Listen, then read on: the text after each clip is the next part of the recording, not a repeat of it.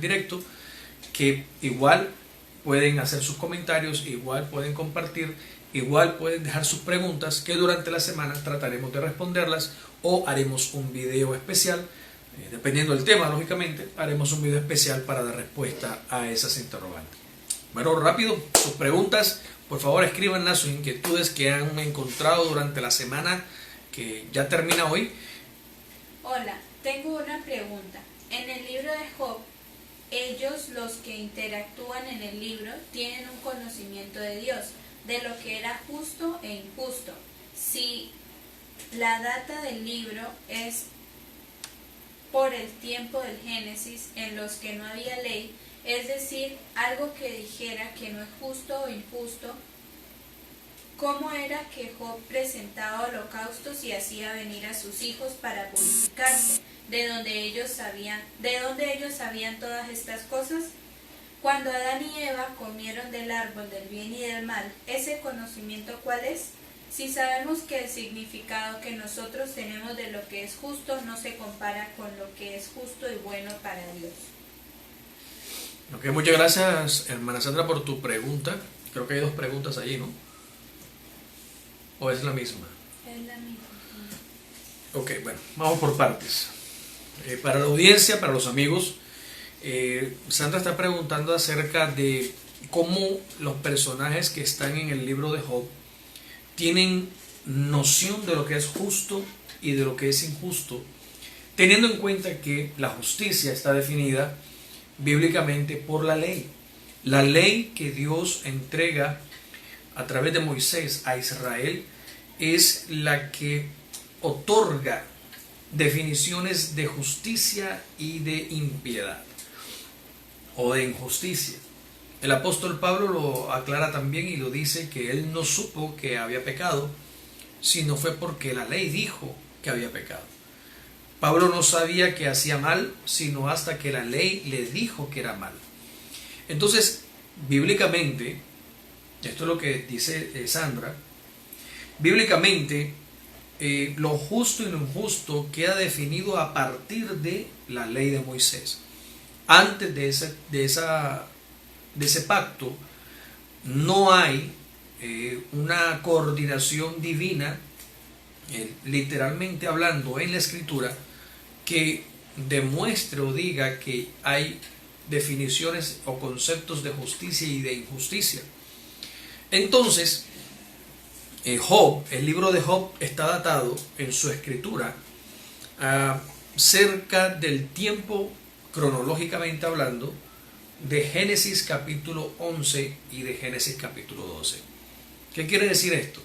Que cuando la historia que relata Génesis capítulo 11 y capítulo 12 estaba sucediendo en la tierra, en ese mismo tiempo, cronológicamente hablando, en ese mismo instante, en alguna parte del planeta existía Job con su familia y tuvo lugar todos los acontecimientos que están descritos en el libro de Job. En otras palabras, cuando Abraham sale de Ur de los Caldeos, ahí en Génesis capítulo 11 y 12, en ese momento Job estaba viviendo sus experiencias y estaba teniendo sus situaciones familiares, y fue el tiempo en el que ese libro se escribió. Por lo menos es la fecha en la que aparece datado el libro a nivel arqueológico. Entonces, esta datación remonta el libro de Job a un tiempo muy primitivo, un tiempo muy antiguo en la Biblia, y la ley no vino sino 430 años después.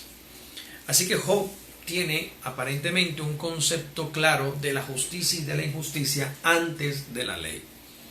Ahí es donde aparece la pregunta: ¿cómo sabía Job y cómo sabían los amigos y las personas que interactúan en el libro de Job? ¿Cómo ellos sabían lo que era justo e injusto si la ley no había sido dada? Esa es la pregunta.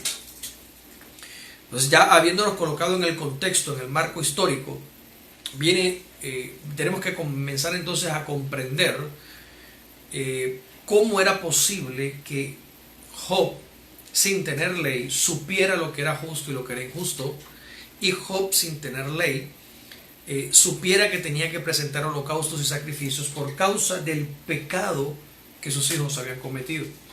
si todavía no existía la ley, cómo era que Job presentaba holocaustos y sacrificaba animales para que la ira de Dios fuera aplacada por causa del pecado que cometían sus hijos, su familia durante la semana.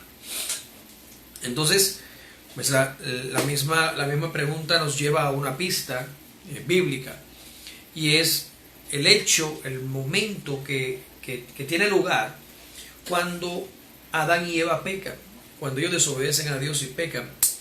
Dice la Escritura que se hallan desnudos. Ellos se dieron cuenta que estaban desnudos.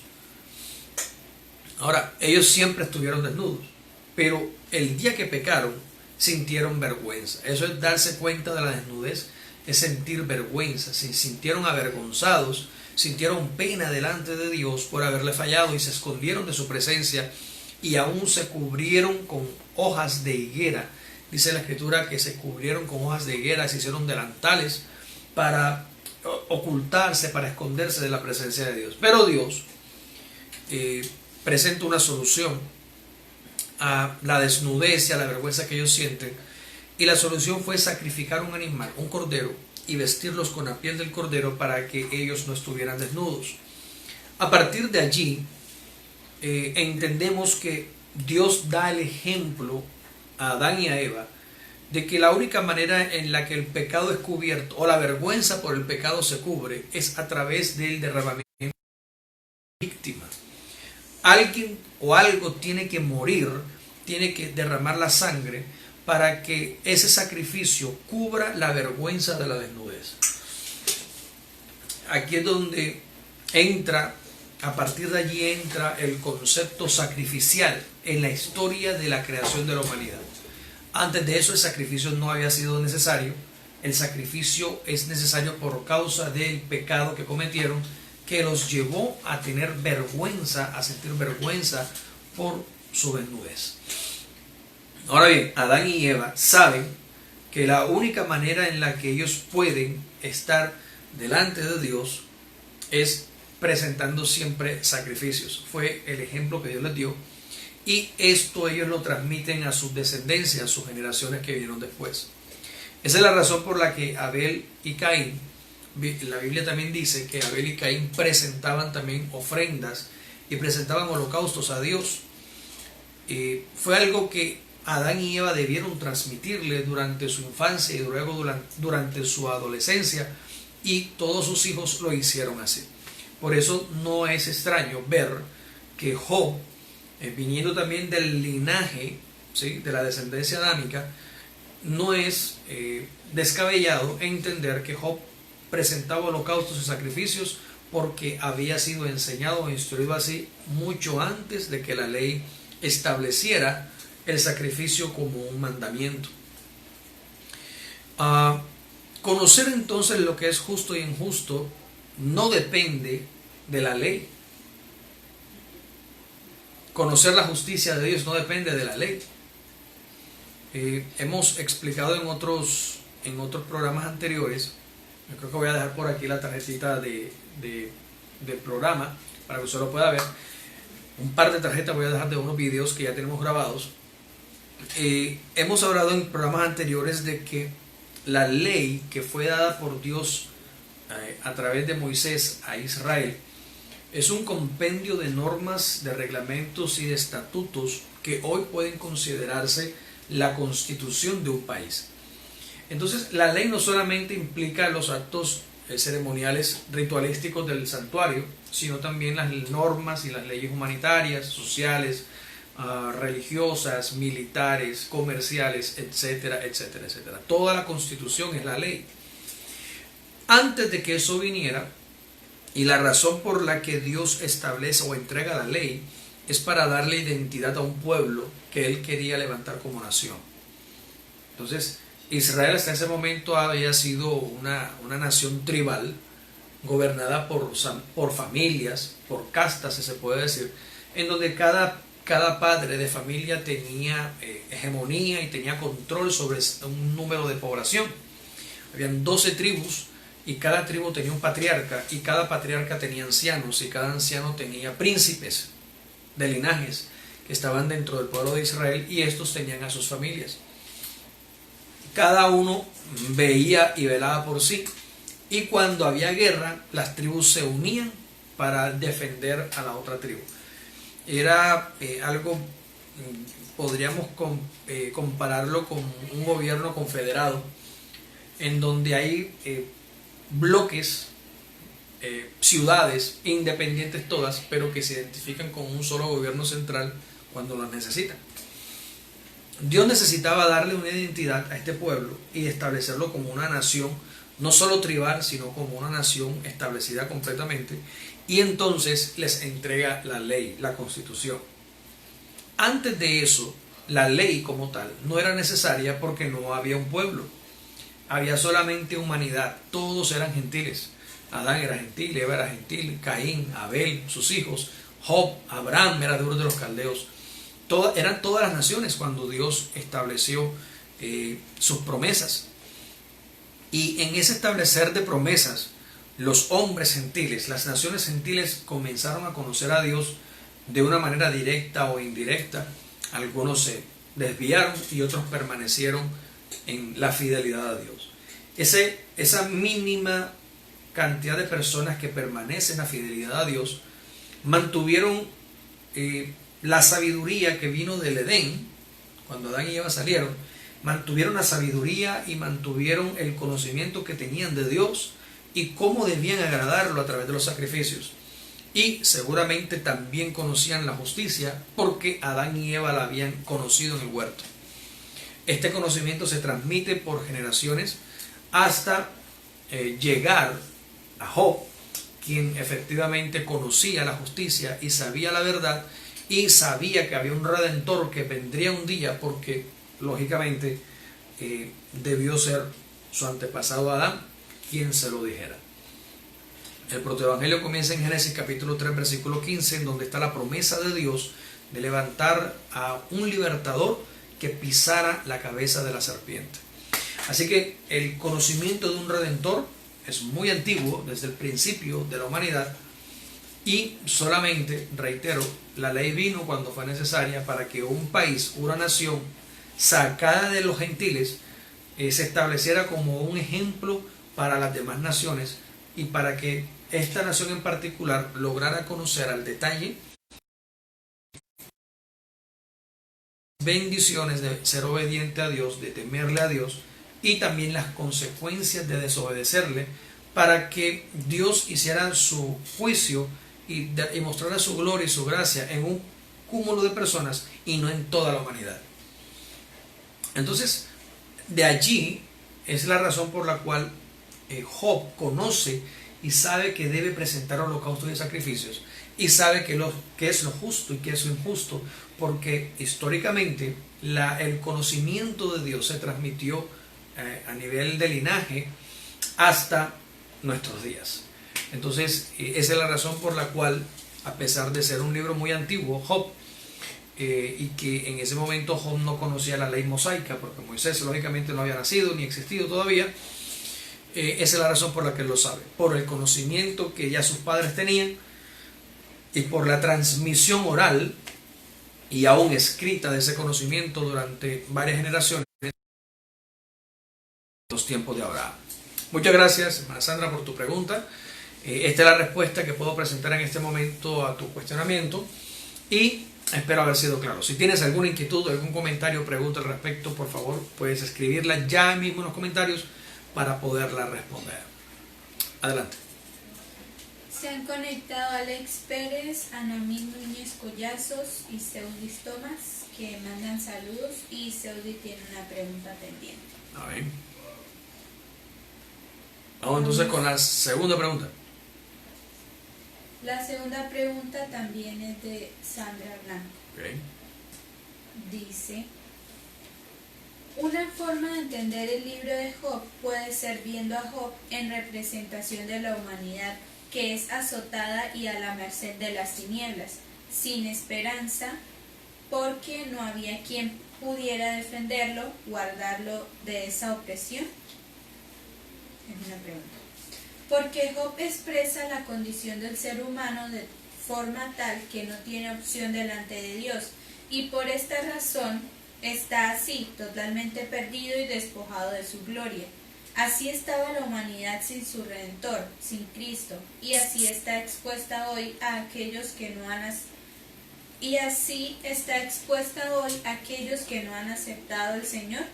Esta condición sigue vigente para ellos, así ya la humanidad haya sido redimida. Ok. Bueno.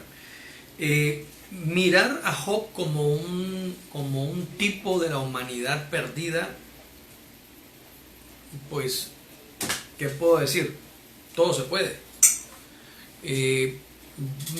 Podemos ver, por lo menos cuando se está enseñando la Biblia, cuando se está llevando un sermón, una predicación, es muy normal que se utilicen estas historias para presentar una realidad actual.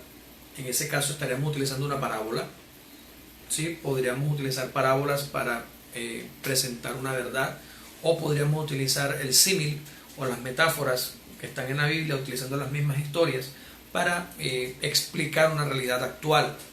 Utilizar, por ejemplo, a nivel evangelístico y a nivel religioso, eclesiástico, siempre se ha utilizado el capítulo 1 de Isaías para decir y enseñar que así estaba la humanidad, o que así está la humanidad sin Jesús, sin Cristo, sin redención, que desde la coronilla de la cabeza hasta la planta del pie está llena de heridas supurantes, de una hinchazón y podrida llaga. Esa visión que tiene Isaías es utilizada mucho hoy para decirle al mundo que ellos se encuentran así, o que la humanidad se encuentra así por no tener al Mesías, por no tener a Jesús. Ahora, utilizar la historia de Job, de una persona que cayó en desgracia, que estuvo azotada por el enemigo, que lo perdió todo, y que se encontraba lejos de Dios. Utilizar el ejemplo de él para decirle al mundo de hoy que esa es la razón por la que se encuentran perdidos, en derrota, en adebacles, siendo azotados por el enemigo, en pérdidas, es precisamente porque está lejos de Dios. ¿Sí? Es plausible, es posible utilizarlo en cualquier enseñanza, cualquier compartir. La mayoría de las personas la usan. Que sea correcto, pues eso es otro tema. Pero utilizarlo para presentarlo así, pues es una opinión interesante, hermana Sandra. Lo otro que aparece allí hace referencia a, en esa misma parte, al final está hablando algo acerca de la opresión. Job expresa la condición del ser humano de forma tal que no tiene opción delante de Dios, y por esta razón está así, totalmente perdido y despojado de su gloria. Así estaba la humanidad sin su Redentor, sin Cristo. Así está expuesta hoy a aquellos que no han aceptado.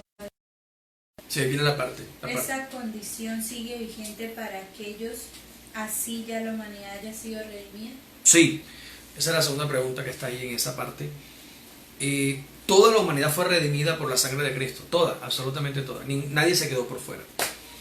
Pero para que la redención, el precio del rescate que Jesús pagó en la cruz del Calvario sea válido para mi vida, yo debo venir a Él y debo humillarme, pedirle perdón, creer en Él, que Él es el Cristo, el Hijo del Dios viviente, y rendirme a sus pies. Pero Jesús, cuando murió en la cruz, Él derramó su sangre por toda la humanidad, desde Adán hasta el último hombre que viva o nazca en esta tierra en el tiempo del fin. Todos nosotros, todos los seres humanos de toda la historia de la humanidad, fuimos redimidos por la sangre de Cristo hace 2000 años. Los que habíamos nacido antes, los que nacimos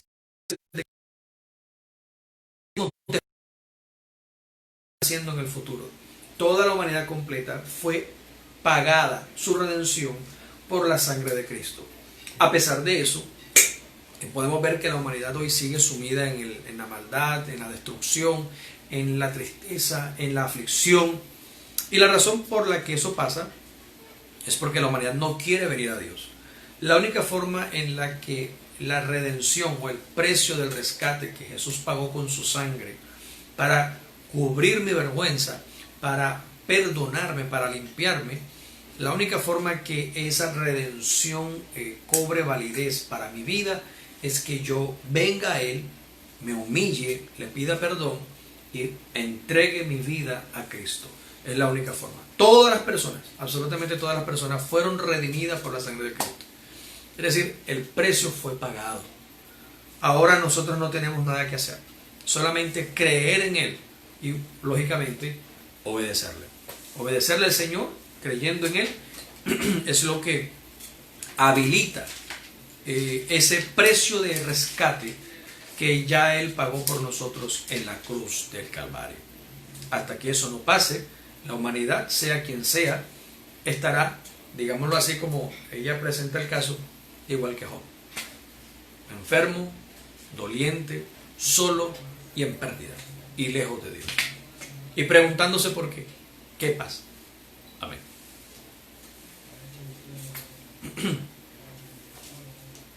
Vamos a ver si hay alguna otra pregunta, alguna otra interrogante. Sí. Tatiana Baldovino Mercado, Virginia Banquet y Sandra Blanco también se unen en esta noche y escriben bendiciones. Y Dios los bendiga a todos los hermanos. Amén. Saludos a las hermanas también que llegaron. La última pregunta también es de Sandra Blanco. Dice: tengo una pregunta. En Zacarías 14:9 dice: en aquel día Yahvé será rey en toda la tierra, y Yahvé será uno y uno su nombre. Según lo que entendí, el cumplimiento de esta palabra está en Apocalipsis 19 del 11 al 15. Pero, ¿qué es ser uno y uno su nombre? Hay varias preguntas. Esa es la primera. La segunda dice: ¿Él ya no es uno? En la tercera: ¿por qué Apocalipsis dice que su nombre nadie lo conoce? Y la cuarta: ¿el nombre no es Jesús? Bueno, son 4 preguntas realmente ahí en ese comentario. Vamos a leer Apocalipsis 19.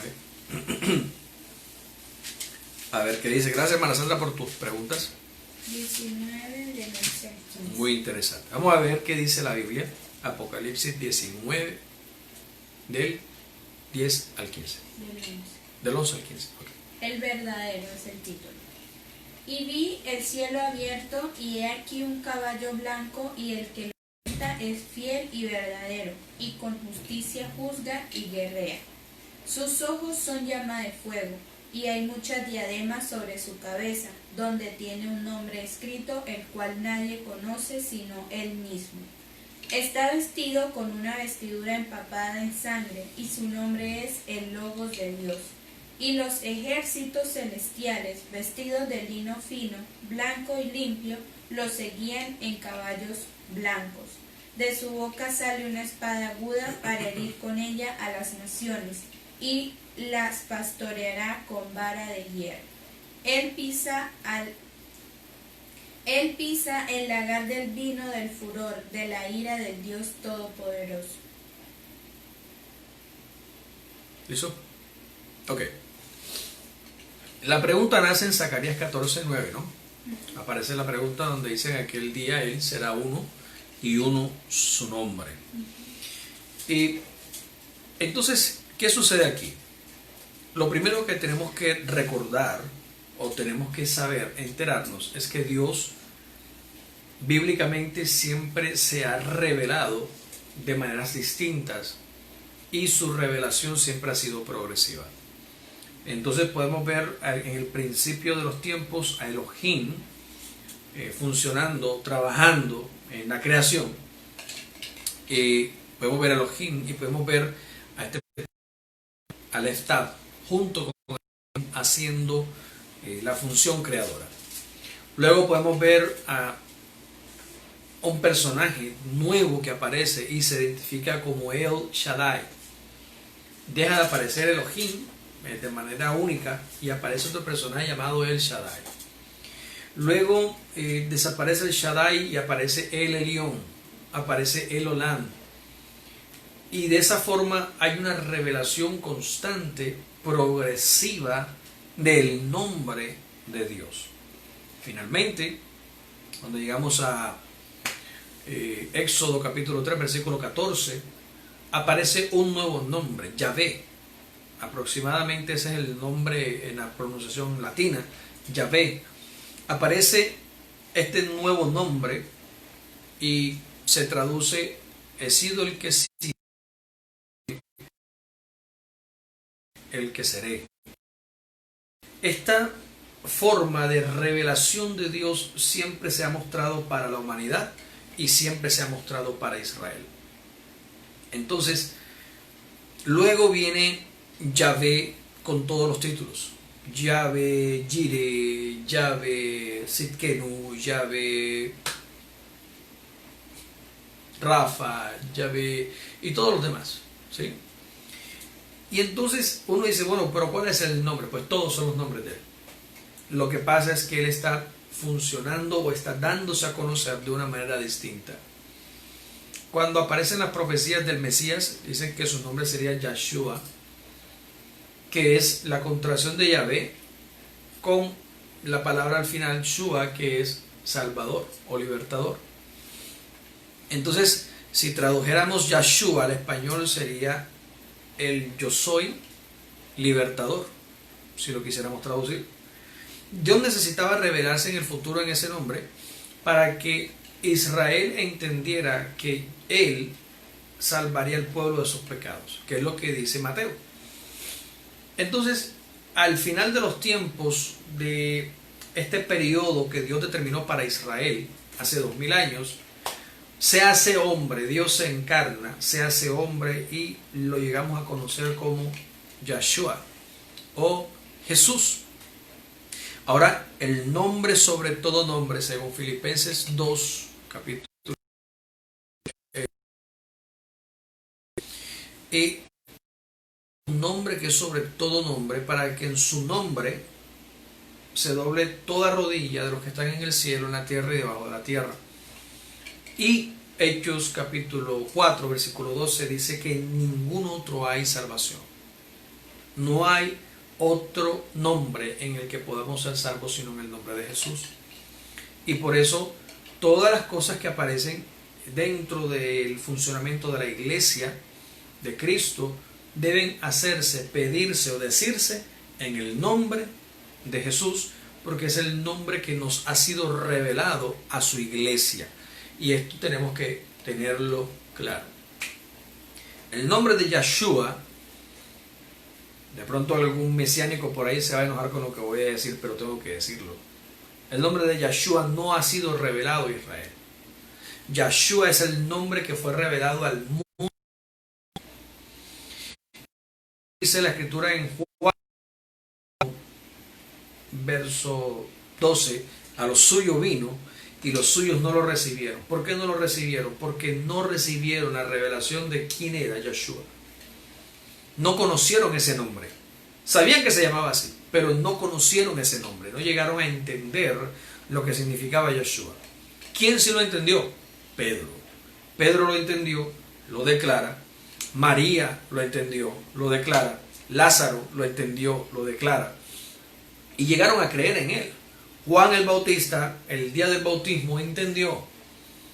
Cuando Juan el Bautista, su primo, lo bautizó en el río Jordán, lo hizo porque ese día entendió qué significaba Yahshua. Toda la vida lo había conocido. Eran 30 años juntos, para arriba y para abajo. Se criaron juntos. Me imagino que jugaron canica juntos. Harían cualquier cantidad de cosas de niños. Luego de adolescentes, de jóvenes, crecieron, trabajaron juntos. Reveló a Juan el Bautista, su propio primo, nunca se le reveló que era Yahshua. Él recibió la revelación el día que tenía que dar testimonio de él. Y está en Juan capítulo 2, que cuando él vio el Espíritu Santo que vino sobre él en forma de paloma y se posó sobre él y permaneció en él, entendió que él, su primo Yahshua, era Yahshua.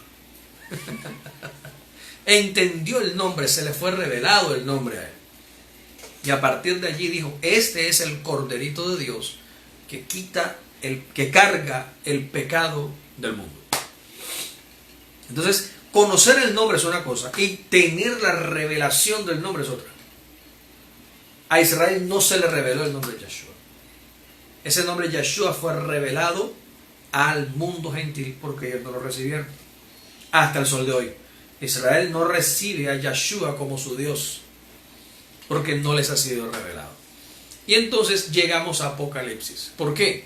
Porque Apocalipsis es un libro que fue escrito exclusivamente para Israel, no para la iglesia, porque nosotros como iglesia ya sabemos su nombre, sabemos cómo se llama y nos ha sido revelado la gloria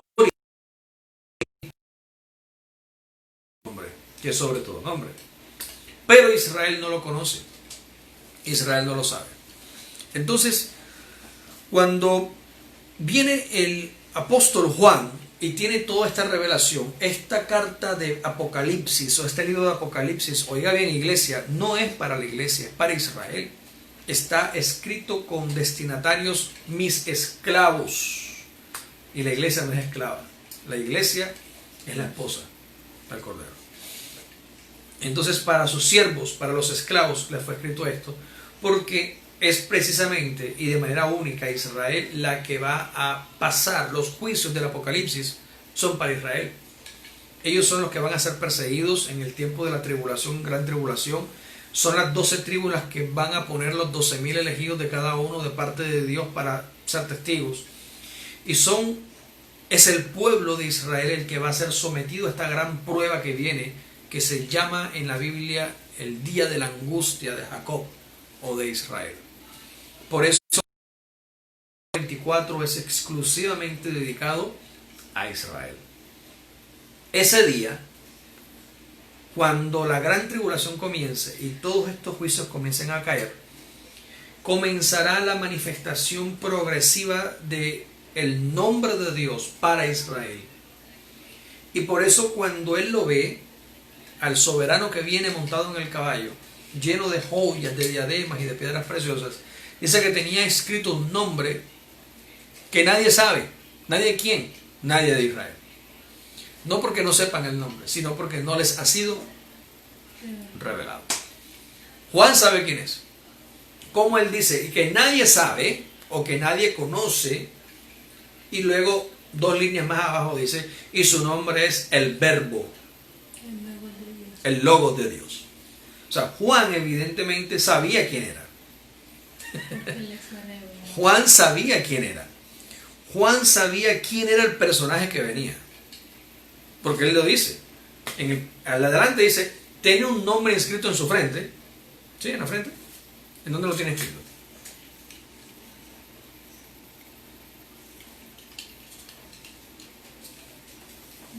Vamos a verlo. Está vestido con una vestidura empapada en sangre. Antes de eso, arriba al principio. Sus ojos son llama de fuego y hay muchas diademas. Ajá. Sí. Sobre su cabeza. Tiene un nombre escrito el cual nadie conoce sino él mismo. ¿En dónde tiene el nombre escrito? En su cabeza. En la cabeza. Y ese nombre nadie lo conoce, sino él mismo. Pero si lees 2 líneas más abajo dice, y su nombre es el Logos de Dios. Entonces Juan evidentemente sabe quién es, pero Israel no. Qué maravilla, ¿verdad? La nación no conoce ese nombre porque no creyeron en él y no lo aceptaron. Pero cuando usted lee Juan 1:1 dice, y el Logos era en el principio, y el Logos era Dios, y Dios era el Logos. Y luego dice, y el Logos se hizo carne, y vimos su gloria, versículo 14, gloria como del unigénito del Padre, lleno de gracia y de verdad. Ahora aparece nuevamente en su segunda venida, visible a Israel, porque viene para Israel, montado en un caballo, vestido de guerra, lleno de vestiduras de sangre, así sería la matanza, con toda su gloria, con sus diademas y sus joyas, con el nombre aquí puesto, el cual ninguno conoce sino él mismo, porque él sí sabe quién es. Él sabe quién es, tiene su identidad clara, pero a los que lo van a ver, ninguno conoce ese nombre, ninguno sabe quién es, qué representa ese nombre, esas letras que tiene puestas en la frente. Pero Juan sí, y él dice abajo, para que no quede duda, el que viene montado en el caballo es el Logos de Dios. ¿Y ese quién es? El que se hizo carne. Pero ahora viene en su majestad y en su gloria como Logos, como Aleph Tav o como Alfa y la Omega. Viene montado en el caballo. Nadie sabe el nombre. ¿Quién es nadie? Los judíos. ¿Saben quién es? Pero llega, y por eso Zacarías 14, creo que es el verso 6, no recuerdo ahora realmente. Dice 14:6 de Zacarías. Bueno, en alguna parte de Zacarías dice la escritura que cuando Él venga, le preguntarán qué son estas heridas que tienes en tus manos y en tus pies. Y Él dirá, con ellas fui herido en la casa de los que me aman. Porque nadie sabrá quién es hasta que no lo vean venir. Y Juan dice que nadie conoce el nombre que tiene en su frente. Ese nombre maravilloso que está en su frente nadie lo sabe sino solo Él mismo.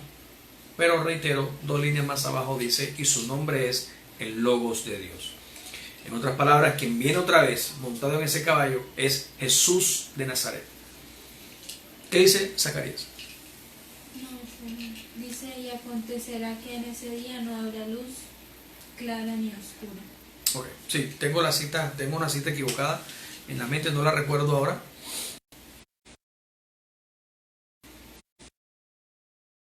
¿Me puede ayudar, por favor, cuál es el verso en Zacarías que habla de que Él pondrá su pie en el monte de Sión, y entonces cada una de las tribus llorará por sí ese día y harán gran lamentación por Él? Cuando Él declare que recibió las heridas en las manos y en los pies en casa de los que lo aman, en casa de su pueblo. Bueno, esa es la respuesta, mi hermana Sandra. Dios te bendiga. Gracias por tus preguntas, por tus interrogantes muy excelentes, muy interesantes. Y esa es la razón por la que su nombre será conocido para Israel. Al final, por eso dice la escritura también en Isaías, al final reconocerás, Israel, la gloria de tu rey. Al final reconocerás, sabrás cuál es la gloria de tu rey. ¿Cuándo lo conocerán? Cuando Él venga otra vez y lo vean y se den cuenta que Yahshua, el que crucificaron, era nada menos y nada más que su propio creador, su Dios, el que siempre han amado. Damos gloria a Dios. Bueno, si hay alguna interrogante adicional, alguna pregunta o algún comentario, pues me encantaría leerlos ahora, escucharlos, saber qué piensan, qué opinan de esta respuesta. Adelante.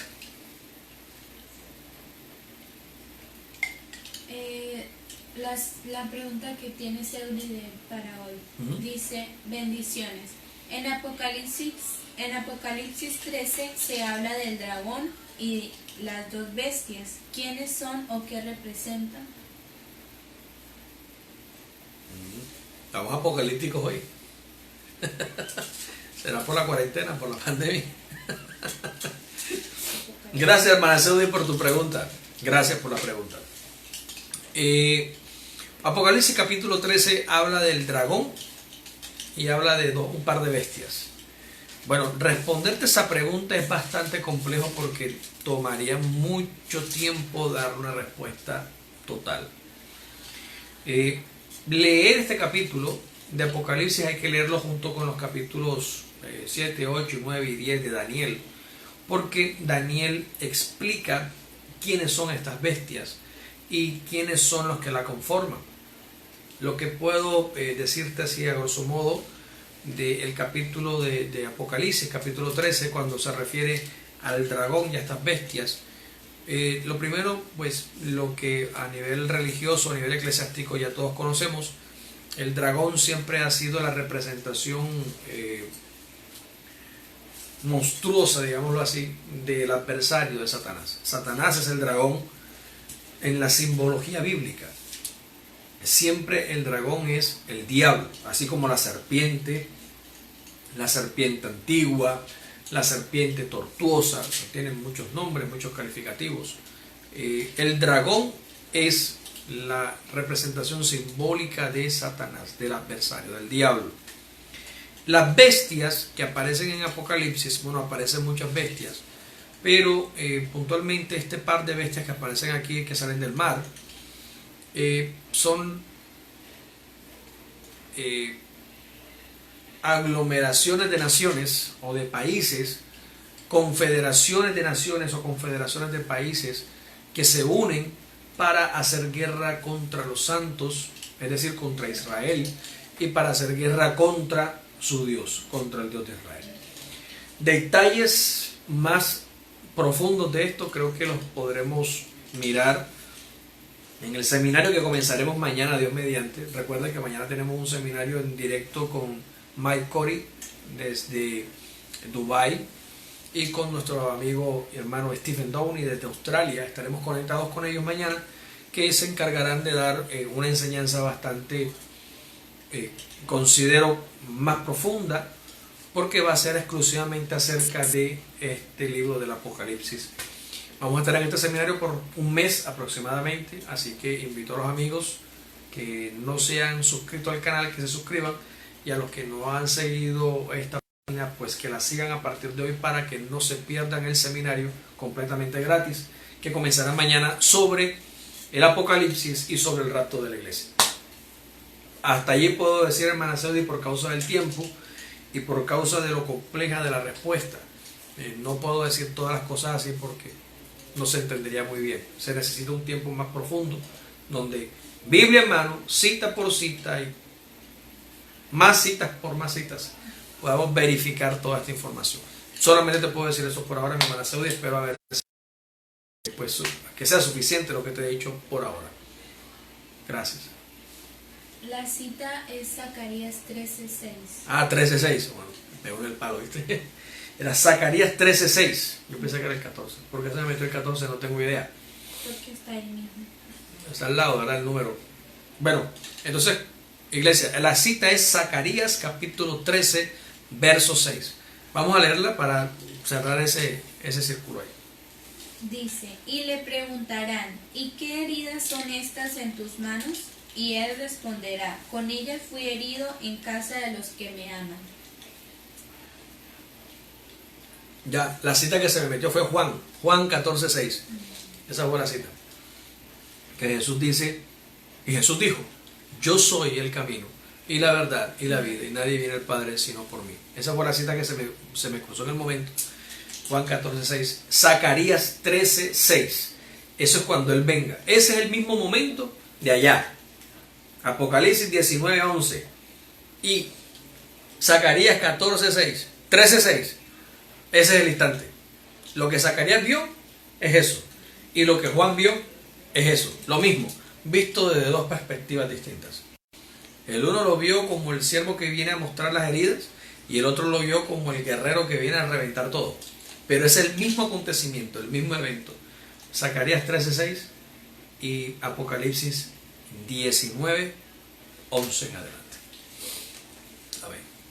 Bueno, la siguiente pregunta es de Florelia Céspedes. Dice, apóstol, en la enseñanza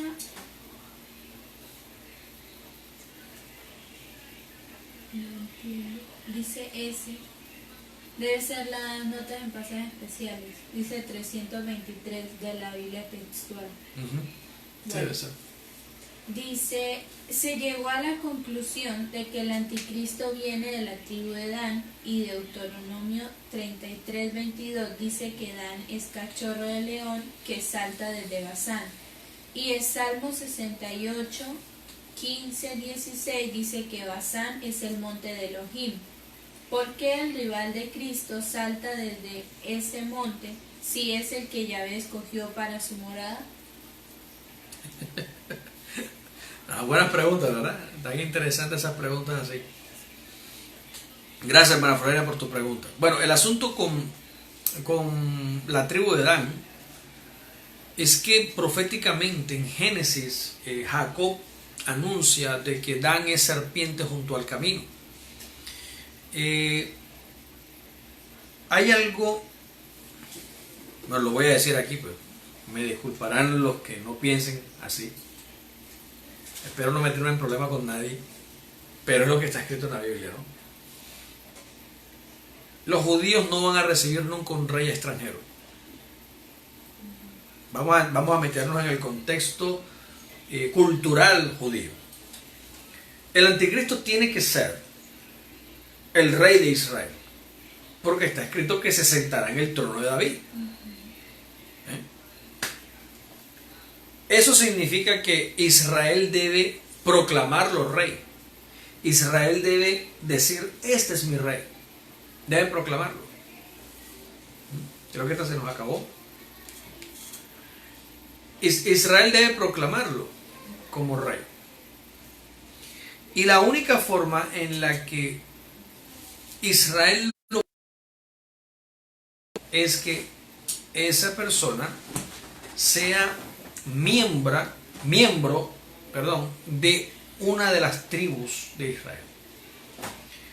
Pudo ser cualquiera, pero Dios elige a Dan. Por algún motivo Jacob profetiza de que Dan es serpiente junto al camino. Esta elección, así como eligió a la tribu de Judá para ser la que trajera al Mesías, es simplemente la autonomía del rey. Nunca recibirá judío, por lo tanto tiene que nacer de una de las tribus de Israel. Reitero, tiene que nacer de una de las tribus de Israel. Esto nos lleva a la segunda parte. ¿Por qué sale del monte de Elohim? ¿Por qué en esta tipología profética aparece que es un cachorro de león? ¿Por qué? Porque lo podemos mirar en esa simbología del animal. ¿Quién es más poderoso, el león o el cachorro? Es la pregunta. Poderoso es el león. Y el león es el Mesías. Él es el león de la tribu de Judá. El anticristo delante de él es solamente un cachorrito. En comparación de autoridad, de fuerza, de capacidad, de poderío, de reino, es simplemente un cachorro. Es decir, no tiene nada que hacer delante de él. Y la razón por la que salta y la razón por la que brinca desde el monte de Elohim, que bíblicamente también es el monte Sión, que también es el lugar en el que está construido el santuario y el que está construida la ciudad, pues todo esto hace referencia a lo mismo. Él salta y brinca allí como siendo un cachorro de león, aspirando a tener un día el reino, pero que nunca será de él, a menos para siempre no será, porque solamente tendrá un tiempo momentáneo en el que ya Dios determinó dárselo para poder juzgar a Israel. Entonces, siempre el anticristo ha querido usurpar, siempre ha querido usurpar el lugar que corresponde a Dios. Siempre ha querido hacerlo, y es una guerra que ya perdió desde el día que se le ocurrió. Desde ese día la perdió. Por eso Ezequiel capítulo 28 del versículo 14 en adelante dice que cuando en él se halló toda la iniquidad y la maldad y esa arrogancia, esa jactancia para subir hasta el trono del Señor y quitarlo de allí, y cuando hizo todas las contrataciones y la multitud de sobornos que hizo en el cielo para poder subir hasta el lugar donde él quería, dice que salió fuego de en medio de él y lo consumió. Y el profeta dice, la escritura dice, espanto eres y para siempre dejarás de ser. Desde el día mismo en el que a él se le ocurrió hacerlo, perdió la guerra. Todo esto que está sucediendo es simplemente lo que debe pasar para que el juicio se ejecute sobre su vida, si lo podemos decir así, para siempre. Entonces vemos todas las simbologías y las tipologías que aparecen aquí en estas profecías, y sí, efectivamente tiene que ser una de las tribus de Israel, y por la profecía de Jacob debe ser la tribu de Dan, que es serpiente junto al camino. Recordemos que ahorita hablábamos de que la serpiente antigua, el dragón y la tortuosa siempre son simbologías que se le atribuyen solamente a Satanás, el adversario. El anticristo, como la contraparte o la antítesis de Jesús, el Mesías, el anticristo es el antimesías, es el que es contrario o adversario a él, vendrá de la misma manera, será la encarnación, digámoslo así.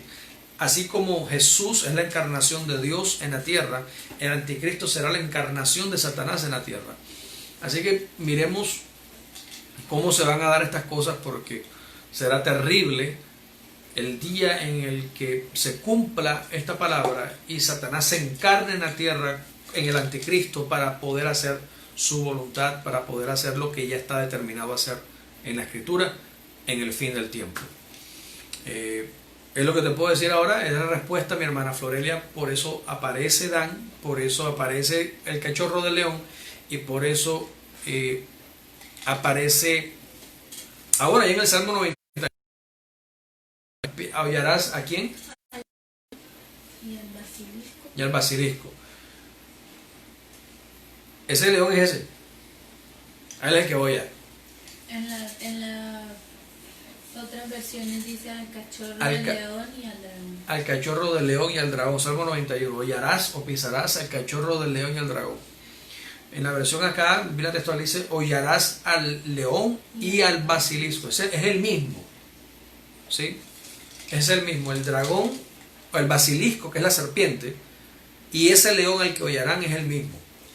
Es ese cachorro de león que aparece en Dan, allá cuando Jacob está profetizando. Gracias, hermana Florelia, por tu pregunta, y espero que la respuesta haya sido clara. Damos gracias a Dios por esta noche, por esta gran bendición de poder compartir con ustedes este tiempo de preguntas y respuestas bíblicas.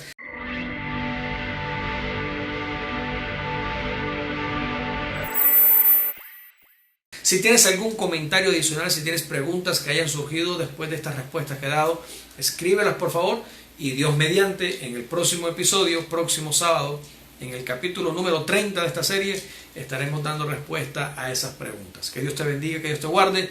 Recuerda, entra a YouTube, busca La Biblia Dice la Verdad, y allí podrás ver todos los programas, todas las preguntas, más de 100 videos grabados, más de 80 horas de grabación que están allí disponibles para que puedas comprender, avanzar, preguntar y profundizar en el conocimiento bíblico. No te olvides de compartir este programa con todas las personas que conoces. Comparte el canal de YouTube también, y que entre todos hagamos que la palabra de Dios corra y sea glorificada. Un abrazo a todos y bendiciones. Nos vamos. Bye bye.